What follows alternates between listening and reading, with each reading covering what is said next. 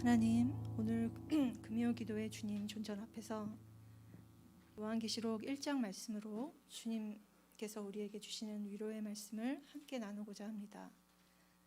요한계시록이 다소 어렵게 느껴지는 부분도 있지만 주님 안에서 저희 눈과 마음의 영을 밝혀줄 때에 살아계시는 주 하나님의 목소리를 듣고 소생케 하여 주시옵소서. 꼭 필요한 말씀이 보내신 성도들의 삶을 인도하게 하여 주시옵소서. 주 하나님을 증거할 때 긍휼로 베풀어 주셔서 무익한 종은 가려지고 오직 살아계시고 역사하시는 주 하나님만 홀로 영광 받아 주옵소서. 존귀하신 우리 주 예수 그리스도의 이름으로 기도합니다. 아멘. 네, 저희가 이번 주부터 요한계시록 묵상으로 접어들었습니다. 잠시만요. 목이 잠겨가지고. 담임 목사님께서 우리 의예나무교회 큐티 채널을 통해서 요한계시록 개요와 배경을 자세하게 기록해 주셨는데, 요한계시록 묵상을 함께 하시는 분들께서는 지난 15일 월요일자 묵상부터 정독하시면 어려운 요한계시록을 은혜로 이해하는 데 큰 도움이 되실 거라고 생각합니다. 요한계시록은 구약의 다니엘서와 함께 계시를 나타내는 환상과 상징주의가 집중적으로 사용된 묵시록 장르를 구분할 수 있습니다. 요한계시록은 예수님의 말씀과 묵시적 특징을 균형 있게 유지하면서 믿는 모든 자들을 대상으로 쓰여졌다는 점에서 특별합니다. 우리 의예나무 교회는 올해 말까지 이 요한계시록의 말씀을 묵상하실 텐데요. 그동안 저와 여러분과 우리 모두에게 부활하시고 살아계셔서 우리의 현 주소와 나아갈 길에 대해 말씀해 주시는 예수 그리스도를 깊이 만날 수 있는 은혜 누리시기를 소망합니다. 오늘 본문인 요한계시록 1장 17절에서 20절까지를 저희가 함께 읽어보기를 원합니다. 제가 먼저 읽겠습니다. 요한계시록 1장 17절에서 20절까지입니다. 내가 볼 때에 그의 발 앞에 엎드려져 죽은 자같이 되매 그가 오른손을 내게 얹고 이르시되 두려워하지 말라. 나는 처음이요 마지막이니 곧 살아있는 자라. 내가 전에 죽었었노라. 볼지어다 이제 세세토록 살아있어 사망과 음부의 열쇠를 가졌노니 그러므로 내가 본 것과 지금 있는 일과 장차 될 일을 기록하라. 내가 본 것은 내 오른손의 7별의 비밀과 또 7금촛대라. 7별은 7교회의 사자요 7촛대는 7교회니라. 아멘. 오늘 설교 제목은 두려워하는 형제에게라는 제목입니다. 요한계시록 1장이 전체의 서론 부분이기 때문에 1장 9절로부터 20절까지를 함께 보면서 우리가 두려워하는 것에 대해서 그리고 두려워하는 우리에게 사도 요한을 통해서 주시는 위로의 말씀에 대해서 저희가 함께 나눌 수 있기를 원합니다. 요한계시록은 예수께서 죽으시고 부활하시고 승천하신 이후에 다양한 외부의 박해 가운데 1세기를 살아가던 하나님의 백성들에게 쓰여진 서신서입니다. 당시 수신자였던 1세기 초대교회 공동체는 다양한 각도에서 압박을 받으며 혹한기를 지나고 있었습니다. 당대 로마 제국 안에 팽배했던 카이사르 우상숭배와 또 우상숭배에 따른 갖가지 부도덕한 행위의 조장에 대해서 예수에 충성된 증인들은 완강히 거부를 했고 또 그에 따라 로마 정부로부터 반로마 세력으로 비추어져서 극심한 박해를 당하고 있었습니다. 비단 외부 세력뿐만이 아니었습니다. 당시 유대교는 독특하게 유일신을 믿는다는 이유로 로마 정부로부터 황제의 숭배를 면제를 받았는데요. 이에 대해서 일부 유대교인들은 반로마 세력으로 비추어지는 그리스도인들이 마치 분쟁이라도 일으키는 사람들인 것처럼 불순하게 여기면서 예수 그리스도를 따르는 교회를 적시하고 거부하며 또 로마 당국에 고발하기까지 했습니다. 이 박해가 로마 정부와 유대교인들에서 그친 것이 아니었습니다. 경제적 어려움을 피하고 싶어서 주변국의 이방 문화에 동조했던 거짓 선생들은 예수 그리스도를 따르는 그리스도인들이 그들의 세상의 이치를 따르도록 압박하며 미혹하기까지 했습니다. 성경 신구약 정경이 공식화되기까지는 그때로부터 3세기라는 긴 시간이 소요가 되었습니다. 당대의 1세기를 살아가던 성도들은 이단들과 다신교가 난무하던 세상 가운데 지금 우리처럼 믿음을 지켜내기가 더욱 힘들었을 것입니다. 이들은 끝까지 믿음을 지키다가 형장의 이슬로 사라지거나 투옥되거나 또는 요한처럼 유배를 당하게 되었습니다. 아직도 이러한 박해가 우리나라들 가운데 행해지고 있습니다. 오픈도어 보고서에 따르면 매일 전 세계적으로 13명꼴의 기독교인들이 예수를 믿는다는 이유만으로 죽임을 당하고 있다고 합니다. 올해는 작년에 비해서 60%가 또 더 증가했는데요. 총 4,761명이 순교를 했고 이 숫자의 약 3분의 1가량이 가까운 이웃나라 중국에서 신앙을 가지고 있다는 이유만으로 죄목도 없이 체포 또는 구금되었다고 하고 있습니다. 지금 우리로서는 아마도 감히 그들이 겪는 어려움과 고통을 상상하기 어려울 것입니다. 하지만 이런 고통은 여전히 우리 가운데서도 일어나고 있습니다. 초대교회 때나 지금 우리 시대나 믿지 않는 가족들과 또 직장 동료들과 기독교를 반대하는 세상의 관속들로 인해서 정서적 억압을 느끼는 성도님들이 우리 가운데 늘 계셔왔습니다. 예수께서 말씀하셨듯이 이렇게 우리를 미워하는 것들은 아마도 세상 끝까지 우리와 함께 할 것입니다. 십자가를 향한 손가락질과 비아냥, 언어적 폭력과 시험과 또 거부감과 비난을 참아내시는 그런 분들, 그리고 불철주야 인내로 신앙을 지키기 위해서 눈물의 기도와 찬양을 올려드리시는 성도님들을 이분들의 믿음의 인내와 기도를 동참하면서 한 마음으로 우리 주 예수 그리스도께 올려드리기 원합니다. 믿음을 지키던 그리스도인들의 심정과 표정이 기록된 구절이 있는데요. 누가복음 24장 17절과 18절인데 함께 보시겠습니다. 예수께서 이르시되 너희가 길 가면서 서로 주고받고 하는 이야기가 무엇이냐 하시니 두 사람이 슬픈 빛을 띠고 머물러 서더라. 그 한 사람인 글로바라 하는 자가 대답하여 이르되 당신이 예루살렘에 체류하면서도 요즘 거기서 된 일을 혼자만 알지 못하느냐. 17절에서 이들의 표정은 슬픈 빛을 띠고 있다고 말씀하시고 계십니다. 엠마오로 가던 두 제자들이 같이 과거에 예수님을 열심히 따르던 제자들은 지금 눈앞에 보이는 현상들로 하여금 믿음에 의지했던 기대가 다 무너졌고 또 절망과 시리에 빠져서 눈이 가려워지기도 했습니다.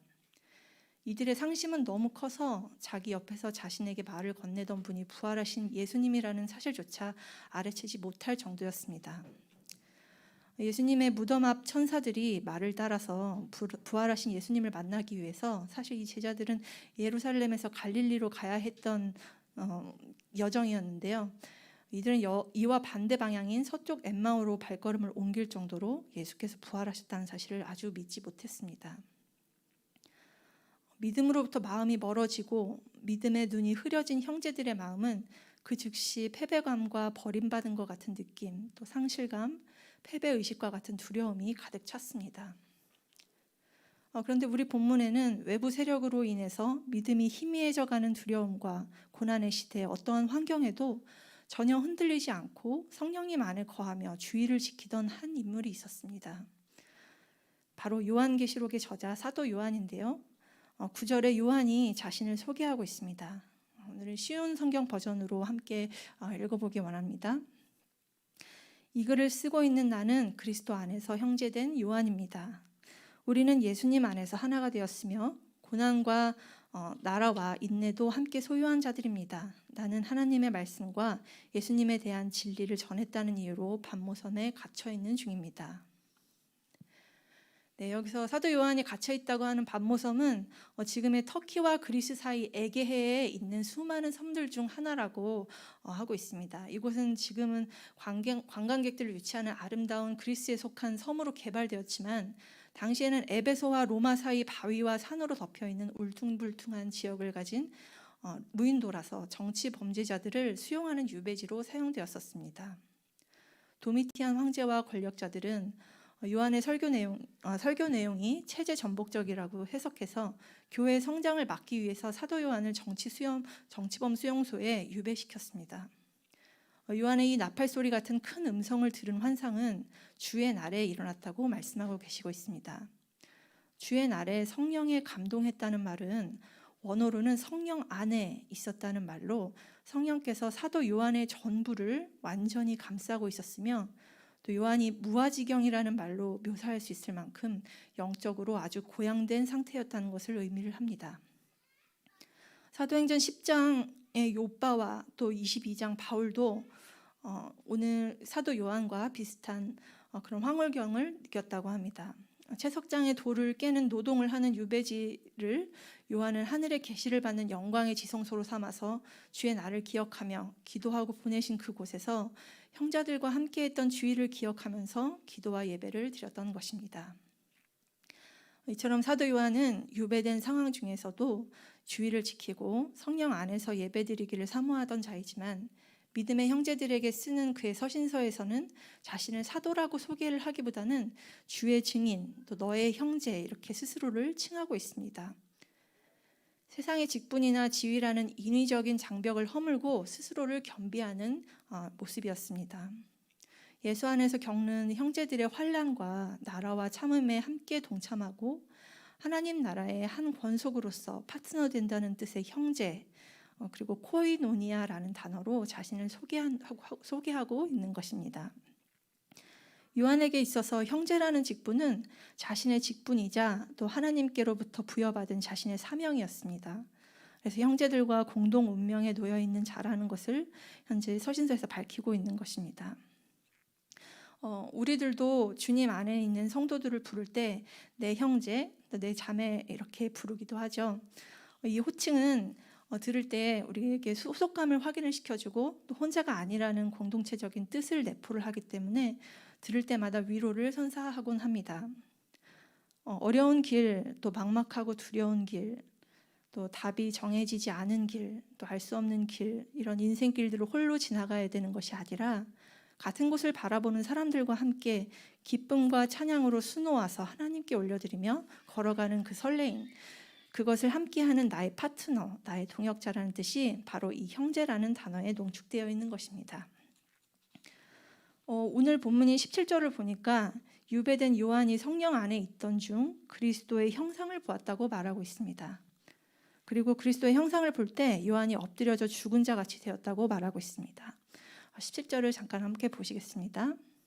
제가 읽어보면, 내가 볼 때에 그의 발 앞에 엎드려져 죽은 자 같이 되매 그가 오른손을 내게 얹고 이르시되 두려워하지 말라, 나는 처음이요 마지막이니.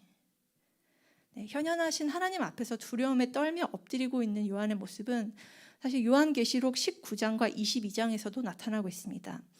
또 구약 출애굽기 33장에서도 하나님의 얼굴을 보고 살 자가 없다 이렇게 말씀하신 것처럼 요한이 하나님의 현현을 보았다는 것은 사실 보통 두렵고 숨막히는 일이 아닐 수 없었을 것입니다. 다 죽게 된 사도 요한에게 현현하신 예수께서는 그의 오른손을 사도 요한에게 얹으셨습니다. 그리고 두려워하지 말라고 말씀하셨습니다. 하나님은 우리의 두려움과 연약함을 다 아시는 분이시기 때문에 참으로 인격적으로 우리에게 다가오심을 우리가 이 말씀을 통해서 알 수 있는데요. 낙심한 자에게 손을 얹어서 위로하는 말을 건넨다는 그런 프로세스는 사실 그냥 볼 때만 해도 너무 따뜻해서 시각적으로 다정하고 온화하게 느껴집니다만, 사실 이 안에는 더 깊은 놀라운 예수님의 계획이 있었습니다. 학자들은 하나님께서 오른손을 얹는 것이 권능과 지배권을 불러와서 이 사람에게 이양한다는 뜻을 내포하고 있다고 보고 있습니다. 그렇기 때문에 17절에서 예수께서 죽은 자 같이 사도 요한에게 오른손을 얹어 기록하라고 말씀하신 것은 예수 그리스도의 이름으로 권위를 받아서 기록하라, 이런 명령의 표지로 볼 수도 있다는 것입니다. 원어적으로 두려워하지 말라 이런 말은 명령어로 적혀 있습니다. 하나님을 섬기는 동안에는 하나님의 임재에 대해서 두려워할 필요가 전혀 없음을 뜻하고 있는 것입니다. 때는 그가 하나님의 말씀과 예수를 증거하다가 반모섬이라는 곳에 유배되어 와서 예배를 드리던 어느 한 주일이었습니다. 9절과 11절에서 이때의 상황을 상세하게 설명을 하고 있는데요. 9절로 11절을 함께 읽어보도록 하겠습니다. 나 요한은 너희 형제요 예수의 환난과 나라와 참음에 동참하는 자라. 하나님의 말씀과 예수를 증언하였으므로 말미암아 밤모라 하는 섬에 있었더니 주의 날에 내가 성령에 감동하여 내 뒤에서 나는 나팔 소리 같은 큰 음성을 들으니 이르되 내가 보는 것을 두루마리에 써서 에베소, 서머나, 버가모, 두아디아, 사대, 빌라델비아, 라오디게아 등 7 교회로 보내라 하시기로. 네, 이때 요한 뒤에서 큰 나팔 소리 같은 음성이 들린 것입니다. 이 큰 음성의 내용은 이렇습니다.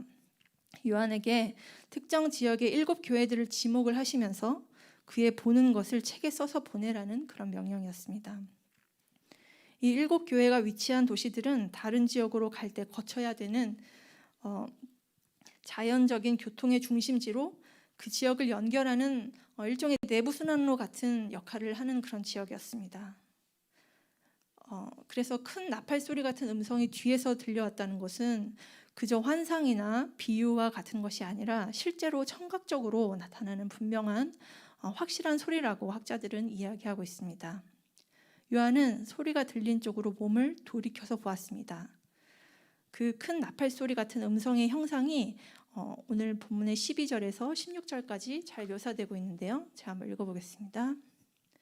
몸을 돌이켜 나에게 말한 음성을 알아보려고 돌이킬 때에 7 금촛대를 보았는데 촛대 사이에 인자 같은 이가 발에 끌리는 옷을 입고 가슴에 금띠를 띠고 그의 머리와 털에 희기가 흰 양털 같고 눈 같으며 그의 눈은 불꽃 같고 그의 발은 풀무불에 단련한 빛난 주석 같고 그의 음성은 많은 물소리와 같으며 그의 오른손에 7 별이 있고 그의 입에서 좌우에 날선 검이 나오고 그 얼굴은 해가 힘있게 비치는 것 같더라.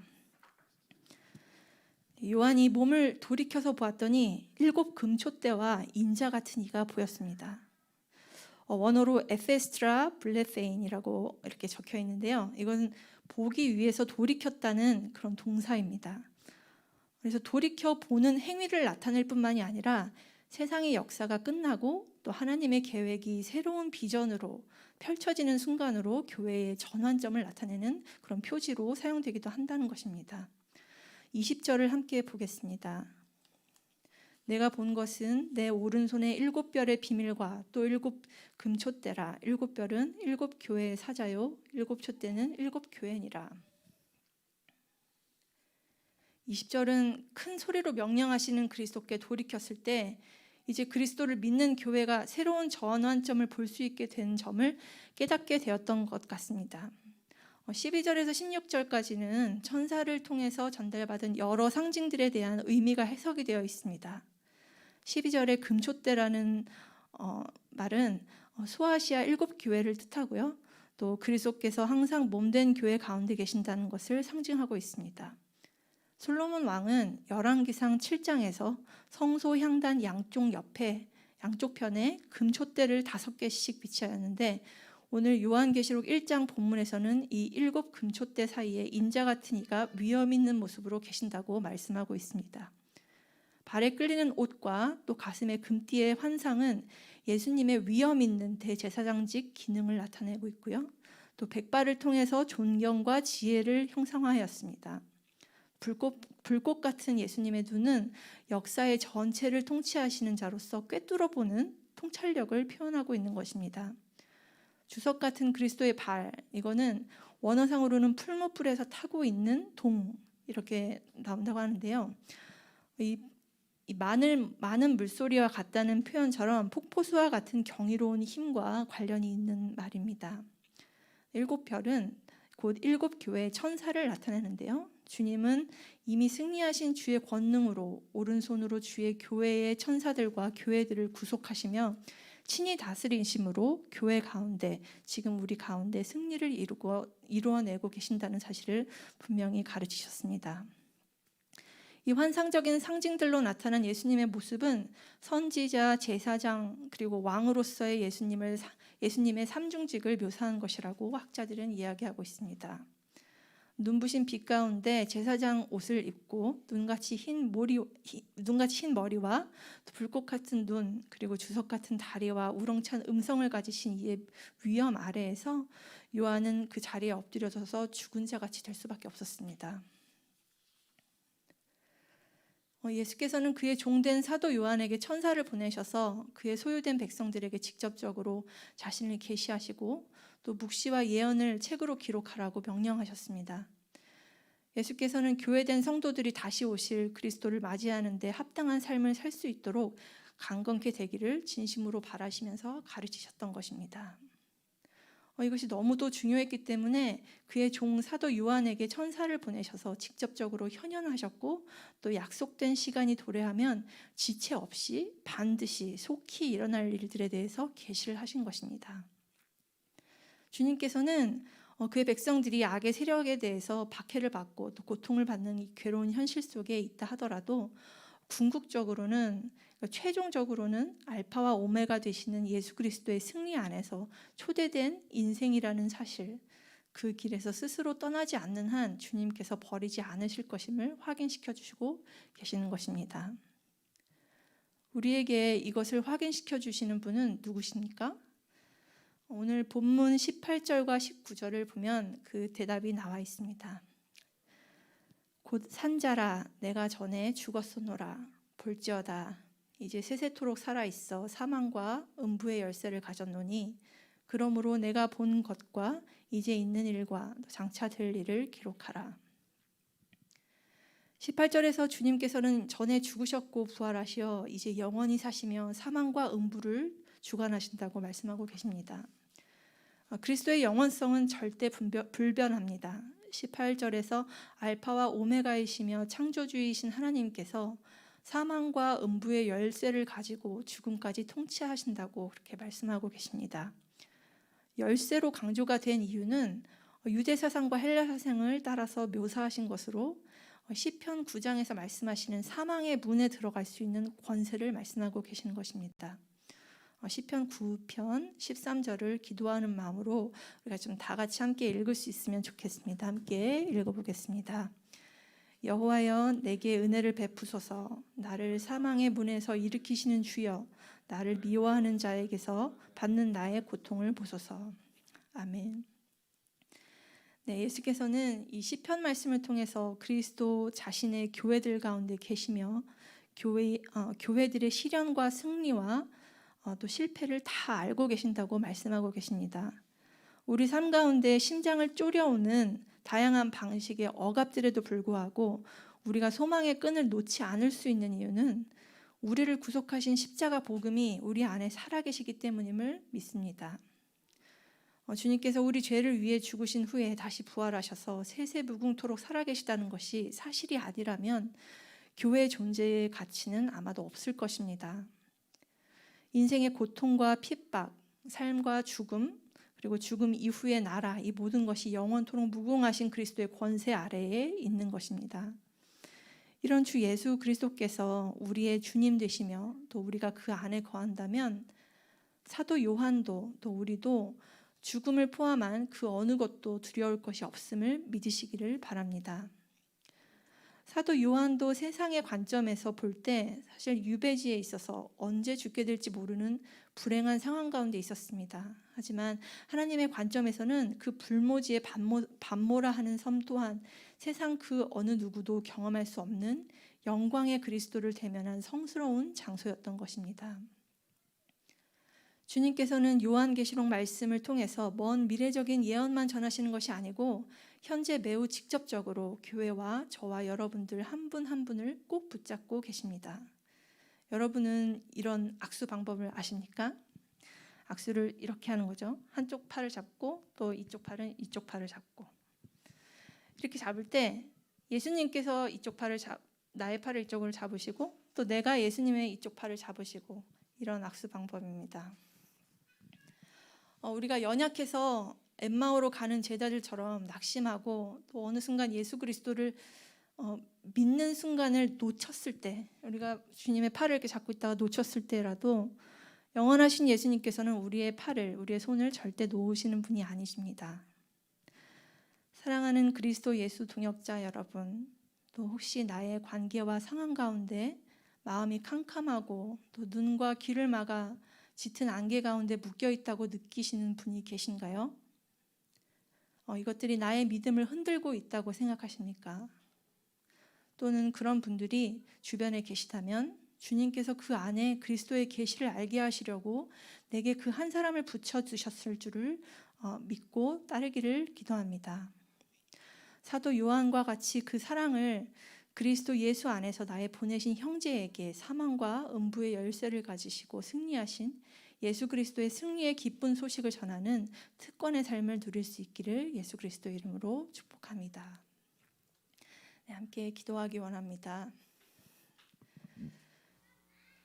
주님, 저와 이 시대의 교회는 소망의 빛을 잃어가고 있음을 긍휼히 여겨 주시옵소서. 빛으로 찾아오신 주님, 주님께서는 여전히 꺼져가는 제 안의 등불을 절대 포기하는 일이 없으신 분이십니다. 주님께서는 사망과 음부를 통제하시는 열쇠를 가지신 유일한 주님이십니다. 우리가 매일같이 주께로부터 뒤를 돌더라도 주님의 우레와 같은 소리로 우리를 돌이키게 하여 주시옵소서. 이곳까지 인도하신 주님의 은혜를 늘 기억하게 하옵시고 지금 저와 저의 가정과 또 우리 교회와 우리 나라와 권세들을 붙잡으시며 승리의 길로 인도하시는 주님을 바라보게 하여 주시옵소서. 그리고 지금 이 고백을 드리는 이 시간 하나님의 계획이 새로운 저의 비전으로 펼쳐지는 순간이 되게 하심으로 연약한 우리 인생과 교회의 전환을 나타내는 표지로 삼게 하여 주시옵소서. 오실 주님을 기대하며 소망합니다. 주님 사랑합니다. 예수 그리스도 이름으로 기도합니다. 아멘.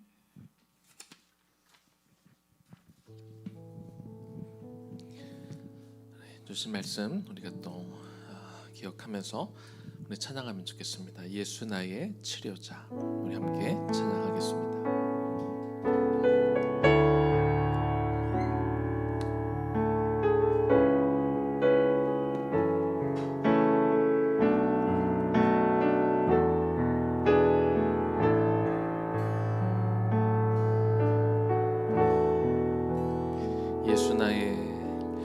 예수 나의 좋은 치료자,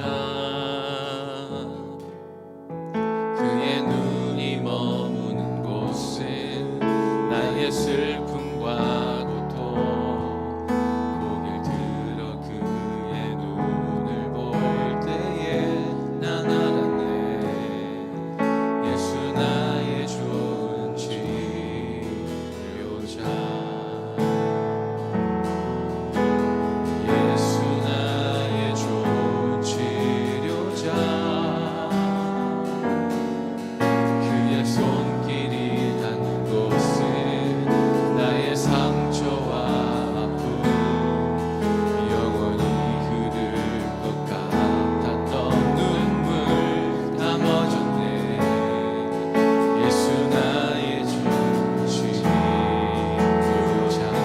찬양합니다. 예수 나의 좋은 치료자. 예수 나의 좋은 치료자, 그의 눈이 머무는 곳은 나의 슬픔과 고통, 고개 들어 그의 눈을 볼 때에 난 알았네. 예수 나의 좋은 치료자. 예수 나의 좋은 치료자. 예수 나의 좋은 치료자, 그의 손길이 닿는 곳은 나의 상처와 아픔, 영원히 흐를 것 같았던 눈물 담아줬네. 예수 나의 치료자.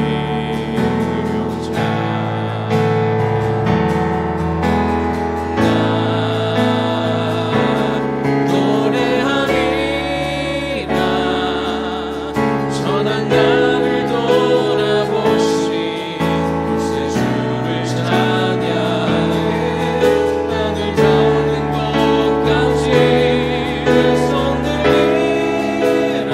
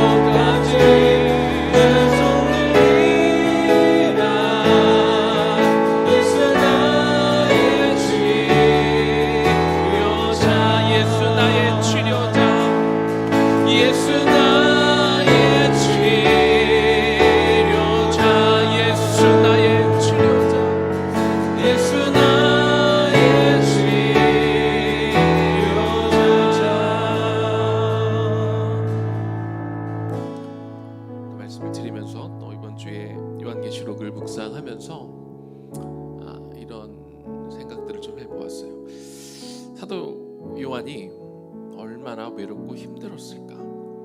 그 당시 말씀 가운데 드린 것처럼 엄청난 핍박이 있었던 그 시기에 지금은 관광지 같은 곳이지만 그 당시에는 돌섬과 같은 그곳에 나이 90이 넘어서 유배가 되었던 사도 요한입니다. 그리고 그 당시에 이미 함께했던 모든 사도들은 이미 다 죽었어요. 순교를 당했던지 병들어 죽었던지 모든 함께했던 동역자들은 이미 다 먼저 하나님 나라로 갔고 사도 요한 혼자 남아서 그 엄청난 핍박이 있었던 그 시기 가운데 그가 홀로 남아 또 나이가 많이 들어있던 그 시점 가운데 참 홀로 그 섬에 들어가 있었을 때 어떤 마음이었을까? 그냥 빨리 얼마나 하나님이 다시 오기를 사모해. 그 당시 예수 그리스도가 다시 오는 것들을 참 많은 사람들이 사모했지만 특별히 사도 요한은 정말로 사모했을 것 같아요. 혼자인 것 같고 외롭고. 그런 그에게 이 반모섬은 우리가 말씀에서 들은 것처럼 그냥 외로운 것, 버려진 곳, 그런 곳이 아니라 우리 주님께서 친히 나타나셔서 음성으로 말씀해 주시고 오른손으로 친히 안수해 주셨던 축복의 장소가 되었던 것이죠.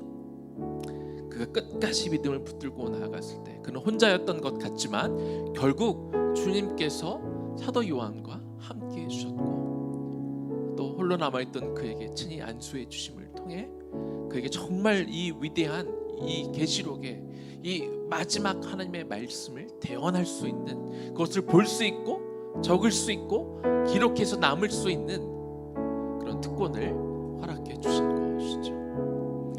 삶의 위기의 순간에 우리가 끝까지 우리가 믿음을 붙들고 있을 때 내가 혼자일 것 같은 순간에도 절대 주님이 우리를 외롭게 두지 않으십니다.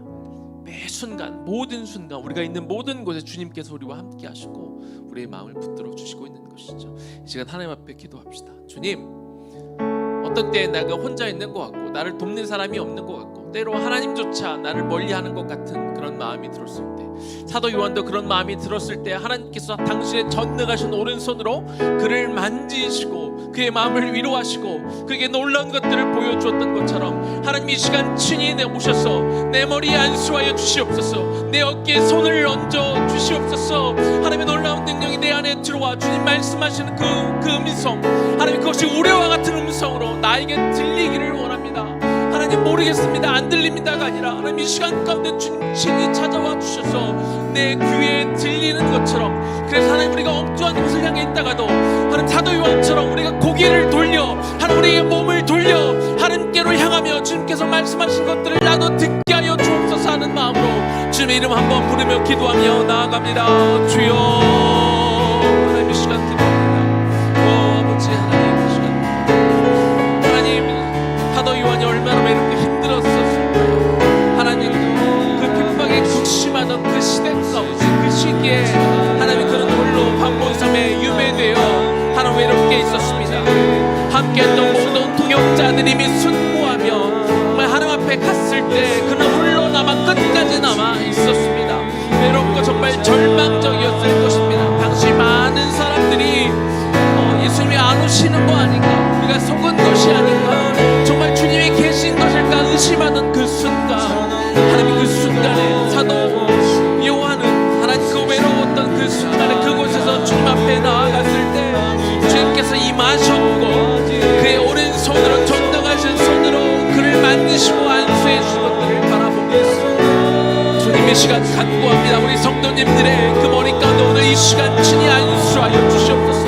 친히 내려와 주님 우리의 머리 가운데 주여 당신의 그 능력의 손으로 치유의 손으로 우리를 안수하여 주시고 사랑하는 아들아 내가 여기 있노라 사랑하는 내 딸아 내가 여기 있노라 친히 하나님 우리의 몸은 여기 듣게 되고 그렇게 주님께서 음성으로 말씀하여 주시고 단순의 손으로 친히 나를 안수하여 주는 것들 우리 여기 충만하게 느끼는 시간이 되기를 소망하오니 주여 이미 무감각해져 있는 우리의 영혼을 그렇게 깨워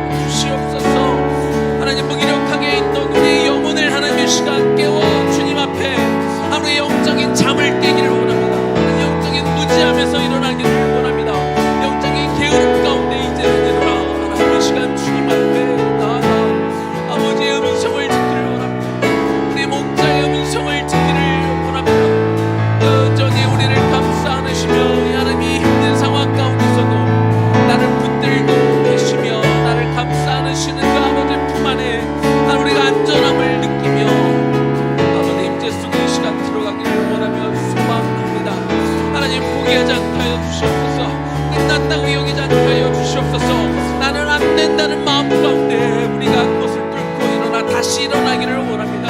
다시 한번 우리 인생 가운데 브레이크가 일어나기를 원합니다. 다시 한번 서게 하여 주시고 하나님, 우리의 최고의 그 순간 우리가 주님과 함께하며 우리가 주님을 섬기며 하나님의 일들을 담당하며 영혼을 섬겼던 그 시간의 일들 가운데 하나님, 과거 한때 내가 라떼는 이랬지, 내가 과거에 이랬지가 아니라 하나님, 지금 이 순간이 그 최고의 순간이 되기를 원하고 지금 이 순간이 주님과 가장 친밀한 시간이 되기를 소망하고 그 소망을 우리에게 주시기를 주님이 소망하오니 주여 도와주시옵소서.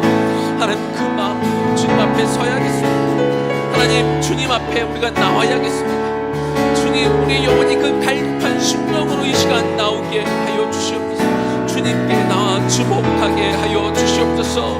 하나님, 우리가 너무 상심 가운데 있으며 우리가 말씀 가운데 들은 것처럼 엠마오로 내려가던 두 형제가 바로 부활하신 예수님이 옆에 있었음에도 불구하고 깨닫지 못했었습니다. 주님, 우리와 함께 이미 이곳에 이 자리에 우리가 기도하는 그 자리에 우리와 함께 계신 그 주님을 우리가 보게 하여 주옵소서.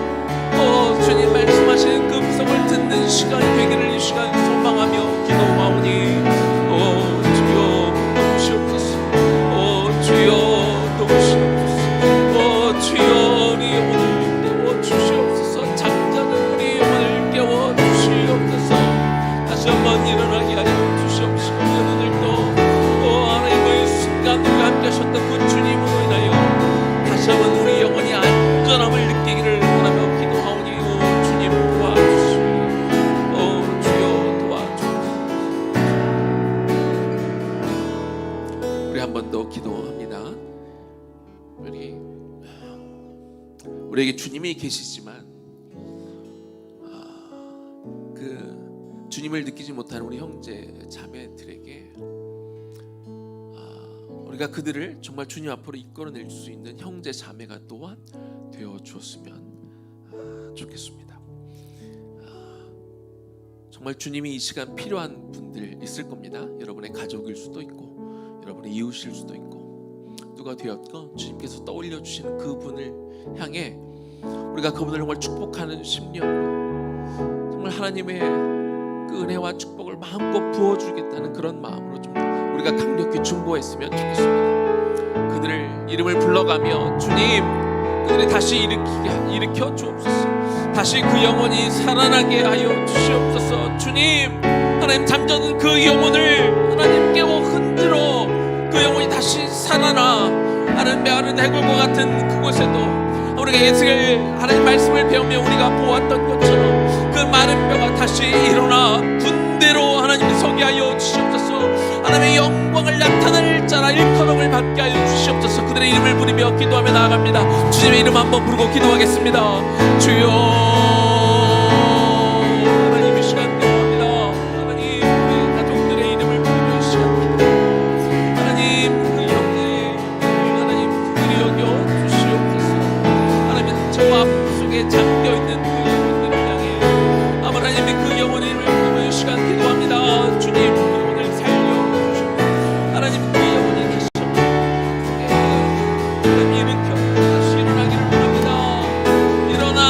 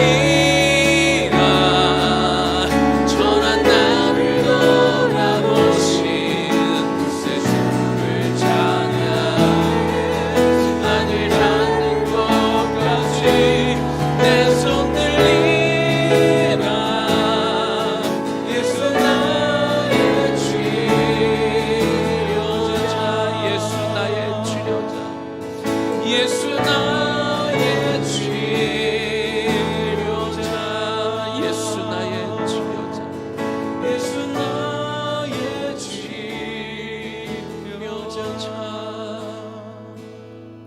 하나님, 우리의 손을 뻗습니다. 우리 하늘 닿는 곳까지 우리의 손을 뻗어 정말 하나님을 닿고 싶습니다. 하나님, 그 주님의 임재에 우리가 미치기를 원합니다. 사도 요한이 하나님 함께 섬기던 모든 사도들이 먼저 하나님의 부르심을 받고 가서 그 엄청난 핍박이 맺던 그 시기 가운데 정말 불모지와 같은 그 외딴 무인도에 가서 하나님 있었던 그 심정, 얼마나 외롭고 힘들고 내가 버림받은 것 같고 내가 최선을 다해 섬겼는데 내 인생의 말년이 왜 이렇게 되었나, 하나님이 나는 버리신 것이 아닐까라는 그런 마음이 들었을 때, 그러나 우리 주님은 끝까지 그와 함께 하셨고 그 앞에 현현하셨고 그에게 손을 뻗으셨고 안수하셨고, 그래서 하나님 그 누구도 보지 못했던 그 하늘나라의 그 신비한 것들을 바라보시고 위로하시고, 그리고 앞으로 일어날 과거에 있었던 일, 지금 현재 7교회에 일어나고 있는 일, 그리고 앞으로 일어날 일들을 대해서 사도 요한에게 보여주셨고 기록하게 하셨습니다. 그 위대한 일을 그가 하도록 하나님 그렇게 인도해 주신 것들을 바라봅니다. 하나님, 뭔가 힘들고 주저앉고 낙담해하고 있는 우리 형제 자매들이 있다면 이 시간 주님 찾아가 주옵소서. 내 사랑하는 아들이라 부르실 때 듣게 하여 주옵소서. 그 마음이 열리게 하여 주옵소서. 우리가 끝까지 주님을 우리가 놓지 않고 바라볼 때 결국 주님께서 우리에게 손 내밀어 주시고, 설령 우리는 힘이 없어 잠깐 놓칠지라도 주님이 끝까지 붙들어 주시는, 우리를 이끌고 계시는 그 주님을 바라보고 하나님 이제는 다시 돌아서기를 원합니다. 다시 주님과 하나님 그 출에게 다시 올라서서 다시 한번 걸어가기를 원합니다. 우리가 능력이 있어서가 아니라, 우리가 잘나서가 아니라, 우리가 주님 앞에 하나님 이 몸이라도, 나 같은 죄인이라도 주님 사용하여 주옵소서. 우리가 지금이라도 내어드리기만 하면 하나님 우리의 좋았던 시절은 과거에 머물렀던 그 기억으로, 추억으로 하나님 남기지 않게 하여 주시옵시고, 하나님 오늘이 주님과 나의 최고의 순간이 되기를 원합니다. 하나님 내일은 더 깊은 관계 속에 우리가 들어갈 수 있기를 원합니다. 그 마음을 주옵소서. 다시 일어설 수 있는 마음을 주옵소서. 나는 틀렸다고 생각하지 않게 하여 주옵소서. 그 주님 앞에 나아가게 하여 주옵소서. 하나님, 우리의 주변의 형제 자매들이 지쳐있고 그냥 적당하게 하루하루 되는 대로, 주어지는 대로 목표와 희망과 소망 없이 살아가고 있는 우리 주변의 이웃들이 있다면 주님 찾아가 주옵소서. 위로하여 주옵소서. 얼마나 사랑하는 나의 아들인지 딸인지 주여 그들이 알게 하옵소서. 주님께서 친히 손 내밀어 안수하는 그 손길을 그들이 느끼게 하여 주옵소서. 거부하지 않고 받아들이게 하여 주옵소서. 받고 싶은 그 마음을 하나님 주옵소서. 그래서 다시 그 하나님 나라를 위하여 달려갈 수 있도록, 우리가 의의 멸류관을 받도록, 끝까지 우리가 그 구원을 완성되도록, 그 성화의 과정을 다시 밟도록, 그리스도의 향기를 뿜어낼 수 있도록, 나를 통하여, 나의 존재를 통하여 예수 그리스도의 형상이 드러남을 통하여 사람들을 주님의 임재 가운데 인도할 수 있도록 하나님 그곳에서 다시 시작하도록, 오늘 다시 시작하는 날이 되기를 원합니다. 오늘 다시 새롭게 시작하는 날이 되기를 원합니다. 다시 한번 주님과 꿈을 꾸게 하여 주옵소서. 예수의 꿈을 안게 하여 주옵소서. 그 푸른 꿈이 그 안에 들어가 다시 한번 우리의 심장에 예수의 피가 뿜어져 나오기를 소망하오니 주여 도우시옵소서. 주여 도우시옵소서.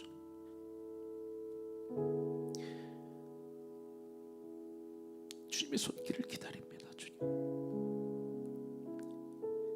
주여 이 시간 한 영혼 가운데 찾아가 주셔서 주님 친히 안수하여 주옵소서.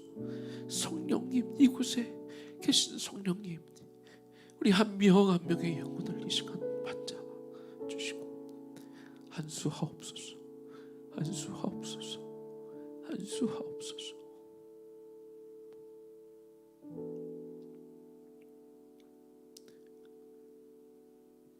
그리고 우리가 이 성전을 떠나는 그 시간 가운데 주님께서 주신 그 새 힘을 얻어 그 새 이름으로 새 사람이 되어 새 영혼이 되어 완전히 새로워진 그 마음으로 우리가 이 문을 나설 수 있도록 주여 도와주옵소서. 하나님, 그 형제를 놓고 간절히 우리가 기도하였어. 하나님, 그 자매를 놓고 우리가 간절히 기도하였어. 그 궁인한 영혼을 놓고 정말 우리가 간절히 기도하였사오니 주여 우리의 기도를 들으시고 주님 응답하여 주옵소서. 그렇게 우리의 치료자 되신 예수님 이름으로 기도 올려드립니다. 아멘. 우리 영원한 생명의 주님, 우리 같이 찬양하겠습니다.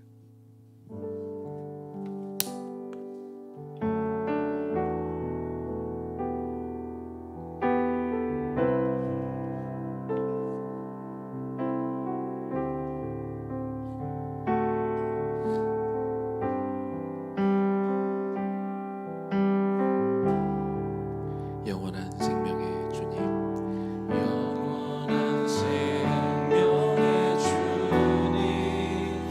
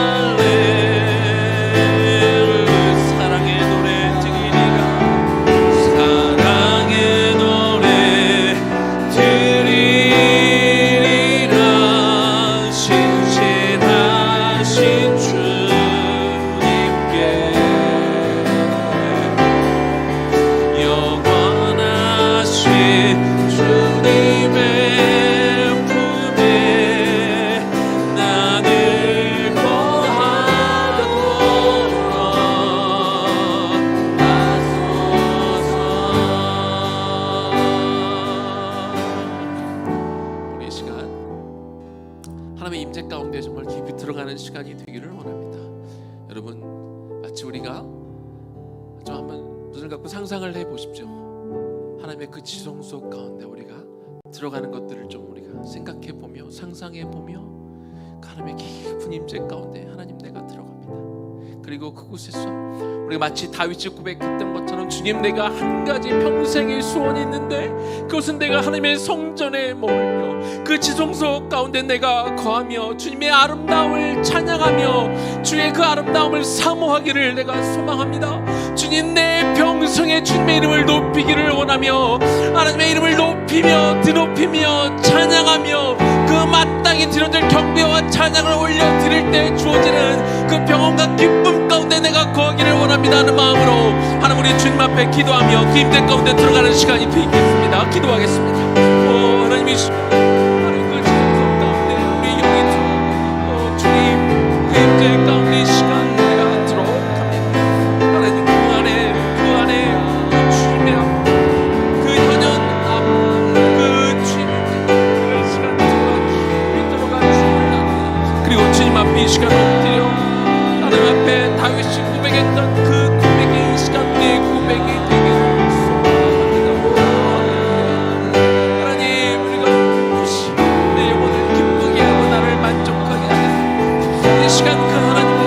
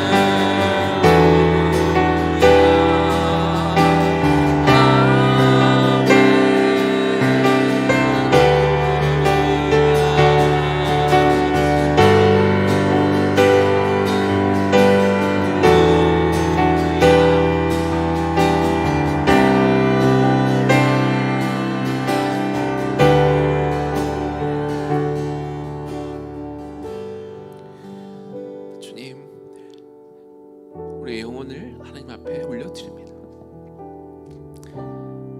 내 몸뿐만 아니라 하나님, 나에게 속한 모든 것들을 다 하나님의 손에 맡깁니다.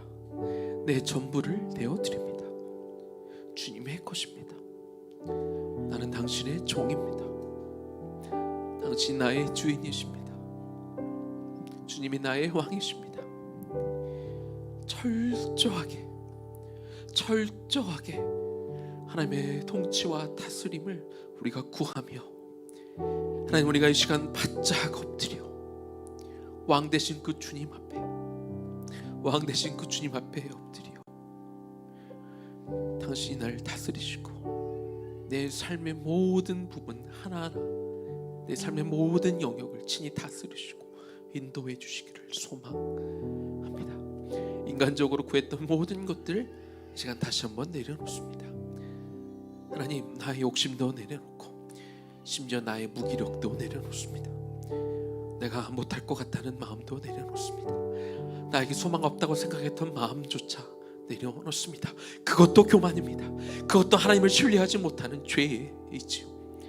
그런 죄도, 내 연약함 죄도, 하나님, 그런 것까지, 스스로에게 가졌던 그런 연민의 마음까지 내려놓습니다. 주님, 이 시간 다시 한번 들어옵니다. 주님, 우리가 당신을 초대합니다. 주님, 우리가 당신을 초대합니다. 그래서 하나님, 정말 그 많은 뼈가 다시 살아나는 것처럼 다시 한번 새로운 핏줄을 우리에게 주옵소서. 새로운 근육을 우리에게 주옵소서. 새로운 피가 다시 한번 우리 안에 돌게 하여 주시옵소서. 주님이 일으켜주신 그 힘으로 인하여 더 이상 무기력한 삶이 아니라 군대가 되어, 하나님, 주님이 우리 옆에 계시지 않습니까? 주님이 우리를 붙들고 계시지 않습니까? 하나님, 무엇이 두렵습니까? 담대하게 이 시간 머리끝부터 우리 발끝까지 다시 한번 성령으로 우리를 덧입혀 주시는, 우리가 그 주님 앞에 주님이 주시는 새로운 힘으로 공급받았고 당신의 성령의 기름이 오늘 우리에게 부어졌사오니, 주님, 우리가 주님과 함께 할 수 있습니다. 주님과 함께 다시 한번 새로운 인생을 향해 나아갈 것입니다. 주님과 함께 주님이 나를 통해 이루시는 것들 이루어 갈 것입니다.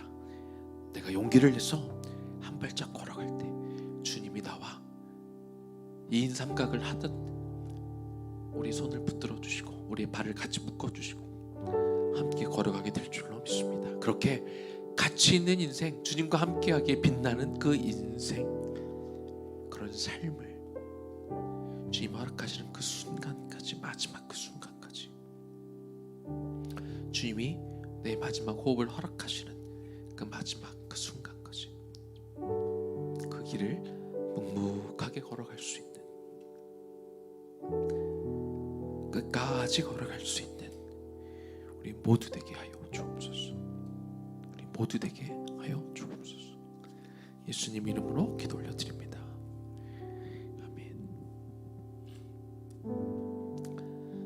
우리 주님과 함께하는 이 고요한 시간, 우리 마지막으로 찬양하겠습니다.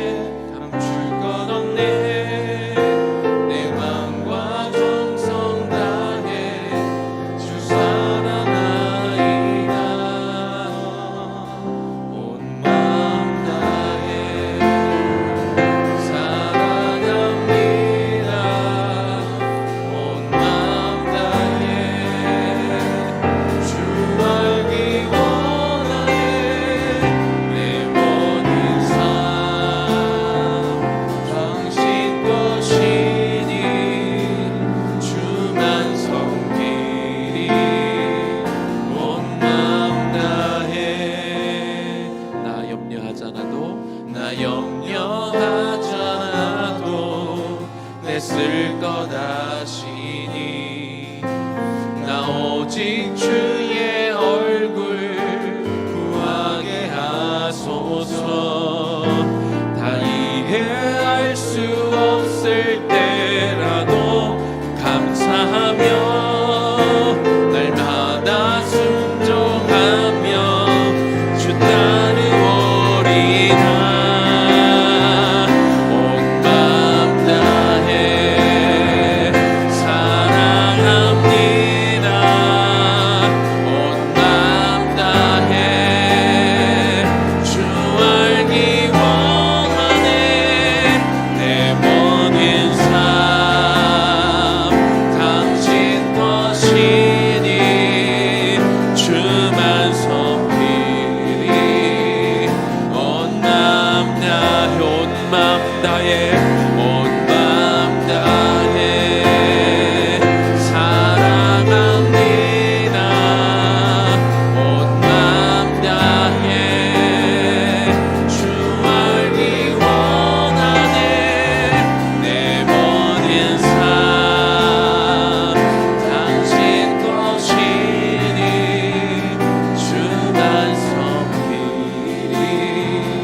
온 마음 다해 온 마음 다해 온 마음 다해 사랑합니다. 온 마음 다해 주 알기 원하네. 내 모든 삶 당신 것이니 주만 섬기리. 온 마음 다해. 우리 시간 한 10분 정도 9시 45분까지 우리가 침묵으로 기도하며 이미 와 계셨고 이미 여러분의 마음을 만져주셨겠지만 주님께서 여러분의 마음을 감싸 주시고 안아주시는 그 주님의 손길과 그 그 마음들을 느끼는 온전히 주님께 집중함으로 주의 임재 가운데 깊이 들어가는 시간이 되었으면 좋겠습니다. 우리 45분까지 제가 별도로 말씀드릴 때까지 침묵하며 기도하며 나아가겠습니다. 기도합니다. 주여 임재 가운데 이제 우리가 들어갑니다. 침묵으로 우리가 머물며 이미 우리 앞에 계신 주님 앞에 우리가 나와 앉아 있는 것처럼 주님을 집중할 때 주님 집중합니다. 주님 앞에 집중합니다. 나아갑니다. 주님 보여주옵소서. 우리에게 나타나 주옵소서. 우리가 영적으로 민감하게 하옵소서.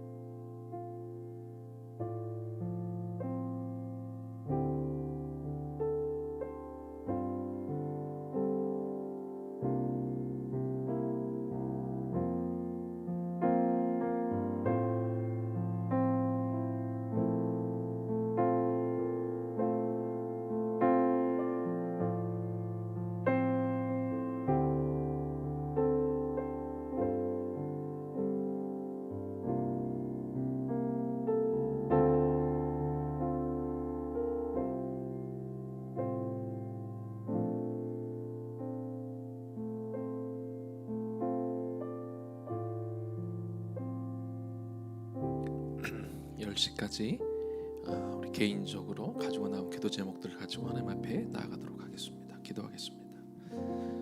주님, 이 시간 이제는 우리의 개인 기도를 가지고 하나님 앞에 나아갑니다.